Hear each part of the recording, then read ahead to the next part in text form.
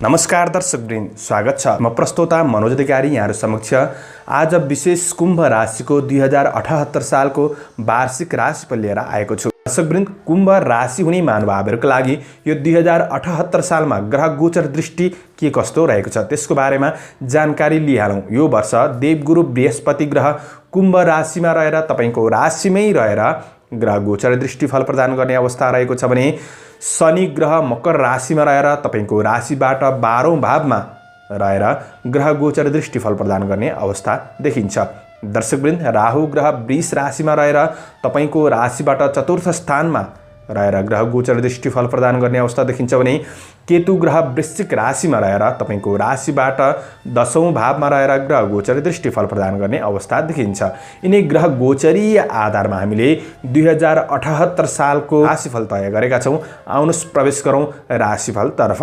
दर्शकवृन्द, 2078 साल कुम्भ राशि हुने महानुभावहरुका लागि कर्म क्षेत्रका दृष्टिले यदि तपाई विदेशमा रहेर काम गर्दै हुनुहुन्छ, वैदेशिक काम कार्यको पक्षमा निरन्तर प्रयास गर्दै हुनुहुन्छ भने यो वर्ष विदेशको क्षेत्रबाट तपाईलाई लाभ उठाउन सक्ने, वैदेशिक काम कार्यको पक्ष सकारात्मक बन्न सक्ने देखिन्छ भने तपाई साझेदारी काम कार्यको क्षेत्रमा हुनुहुन्छ भने साझेदारी काम कार्यबाट पनि तपाईलाई लाभ उठाउन सक्ने वर्ष रहेको छ। दर्शकवृन्द, तपाई सामाजिक र बौद्धिक कार्यमा हुनुहुन्छ भने पनि यस क्षेत्रबाट पनि तपाईलाई केही लाभ उठ्न सक्ने वर्ष रहेको छ। काम कार्यका दृष्टिले तपाईका लागि यो वर्ष सामान्य रहेको छ। काम कार्यमा सामान्य चुनौती बाधाहरू आइपर्न सक्छन् किनभने केतु ग्रहको र राहु ग्रहको गोचर स्थिति राम्रो छैन तपाईका लागि। त्यसैले गर्दा सामान्य चुनौती बाधाहरू आउँछन् र पनि बाधाहरूलाई छिचोल्दै तपाई प्रगतितर्फ उन्मुख हुन सक्ने वर्ष भने रहेको छ। दर्शकवृन्द, यो वर्ष तपाईको काम कार्यको पक्षमा नराम्रो असर के पर्दैछ? न्यायिक कार्यमा हुनुहुन्छ भने न्यायिक कार्यमा पनि सफलता पाउन गाह्रो हुनेछ र यो वर्ष कार्य जिम्मेवारीहरू बढ्नेछ। पाएको जिम्मेवारीहरूलाई तपाईले व्यवस्थापन गर्न नसक्दा तपाईको कार्य जीवन अस्तव्यस्त पनि बन्न सक्छ।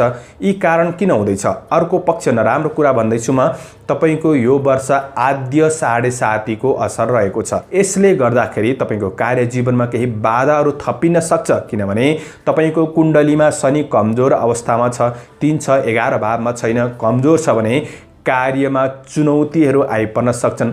कार्यहरू तपाईको ढिला गतिमा अगाडि बढ्न सक्ने, मन्द गतिमा अगाडि बढ्न सक्ने यी समस्याहरू रहन सक्छ र ठूला व्यक्तिबाट, बोसहरूबाट तपाईलाई अब्जसहरू मिल्न सक्छ। काम कार्यको क्षेत्रमा र आलसीपन बढ्न सक्छ। सोचे प्लान गरे अनुसार कार्य जिम्मेवारीहरू तपाईले वहन गर्न नसक्ने हो कि यी कुरामा तपाईले सजग रहेर बढ्नुपर्ने समय रहेको छ। तपाईको कुण्डलीमा साढे साती कमजोर असर छ भने तपाईले उपाय गर्नुपर्ने हुन्छ। के उपाय गर्ने म भिडियोको अन्तिममा भन्ने छु। दर्शकवृन्द, नोकरी कामकाजको क्षेत्रमा तपाईले मेहनत गर्दै बढ्नुहुन्छ भने निरन्तर प्रयास गर्दा सफलता मिल्नेछ। दर्शकवृन्द, काम कार्यका दृष्टिले तपाईका लागि यो वर्ष मध्यम देखिन्छ। व्यापार व्यवसायको क्षेत्रमा हेर्दै गर्दा तपाईका लागि यो वर्ष साझेदारी व्यापार व्यवसायबाट केही लाभ उठाउन सक्ने समय रहेको छ। एकल बिजनेसमा हुनुहुन्छ भने अलि बढी सङ्घर्ष गर्नुपर्नेछ भने साझेदारी व्यापारबाट तपाईलाई केही लाभ उठाउन सक्ने समय रहेको छ भने यो वर्ष तपाईको स्थायी चल अचल सम्पत्तिको क्रय विक्रय हुन सक्ने समय पनि रहेको छ।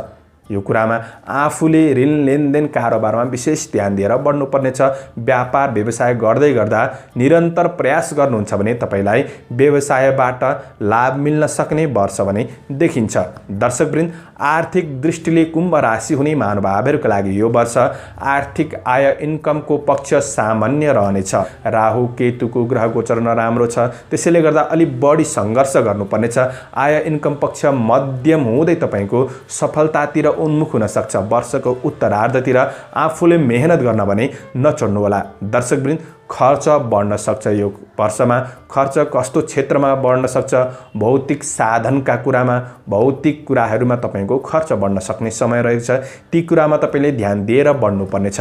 दर्शकवृन्द, आर्थिक दृष्टिले तपाईका लागि यो वर्ष मध्यम छ र पनि तपाई मेहनत निरन्तर गर्नुहुन्छ भने आर्थिक दृष्टिले तपाईका लागि वैशाख साउन मङ्सिर र पुष महिना केही लाभदायी बन्न सक्छ। यी महिनाहरूमा केही प्रगति उन्नति हुन सक्ने देखिन्छ।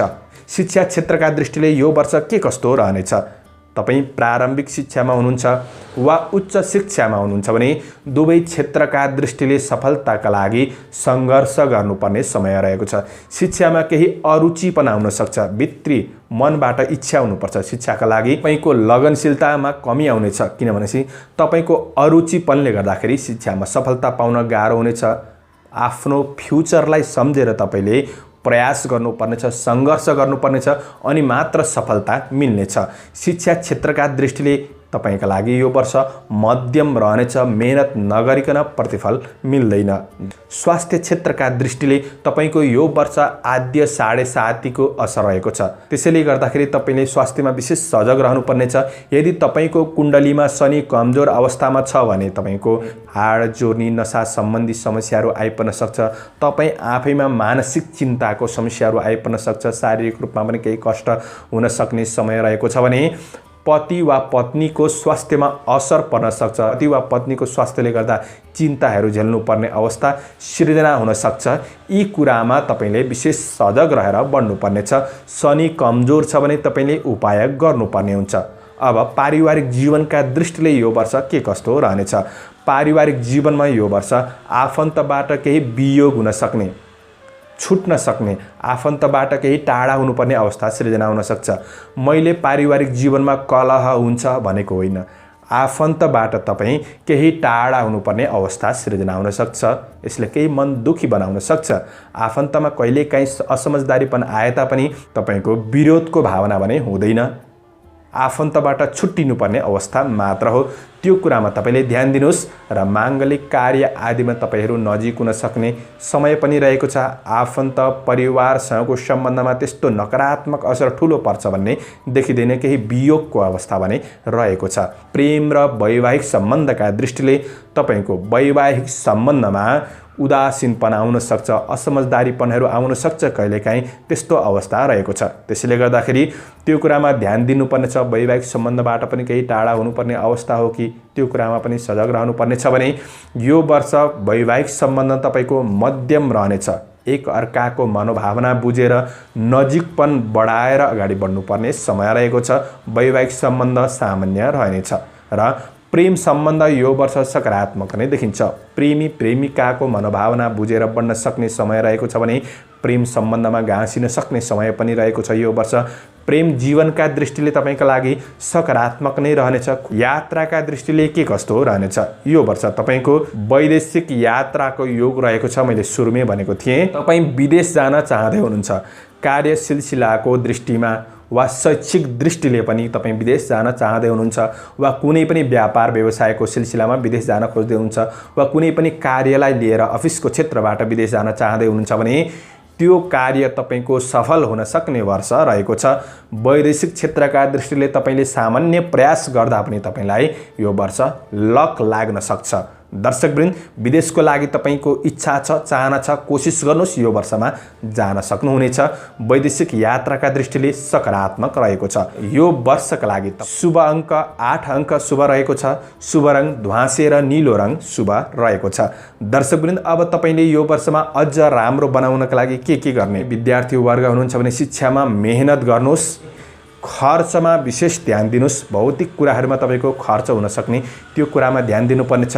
कार्यमा निरन्तर प्रयास गर्नुहोस्। स्वदेशमा रहेर काम गर्दै हुनुहुन्छ भने यी कुराहरूमा तपाईले ध्यान दिएर बढ्नुहुन्छ भने तपाईका लागि यो वर्ष सकारात्मक बन्न सक्छ, फलिफापूर्ण बन्न सक्छ। दर्शकवृन्द, 2078 सालमा तपाईले कुन ग्रहको शान्ति गर्ने? तपाईले गुरु ग्रहको शान्ति गर्नुहोस् र राहु र केतुको विशेष शान्ति, जप शान्ति गर्नुहोस्। तपाईका लागि राम्रो हुनेछ। यो वर्ष फलिफापूर्ण बनाउन, उन्नति प्रगतिका लागि तपाईले भद्रकालीको उपासना गर्नुहोस्। भद्रकाली देवीको उपासना गर्नुहोस् र तपाईको कुण्डलीमा यदि शनि कमजोर छ, मैले चेक गराउनु भनिरहेको छु शनिको अवस्था, शनि कमजोर अवस्थामा छ भने तपाईले यो वर्ष आद्य 7.5 असर हुने हुँदाखेरि शनिबारको दिन शनि स्तोत्र पाठ गर्नुहोस् र शनिबारको दिन पिप्पलको बोटमा जल चढाउने गर्नुहोस्। शनिको उपासना गर्नुहोस्। गरिब दुखीहरूको सेवा गर्नुहोस्। मौका पर्दाखेरि तपाईका लागि राम्रो हुनेछ। शनिदेव प्रसन्न हुनुहुन्छ भने तपाईको जीवन फलिफाप हुनेछ। दर्शकवृन्द, यो वर्ष भद्रकालीको उपासना गर्न नबिर्सनुहोला। यो 2078 साल कुम्भ राशि हुने महानुभावहरूको लागि फलोस् फुलोस् राम्रो बितोस् यही शुभकामना प्रदान गर्दै म प्रस्तोता मनोज अधिकारी आजको प्रस्तुतिबाट बिदा लिन चाहन्छु। जय श्री राम।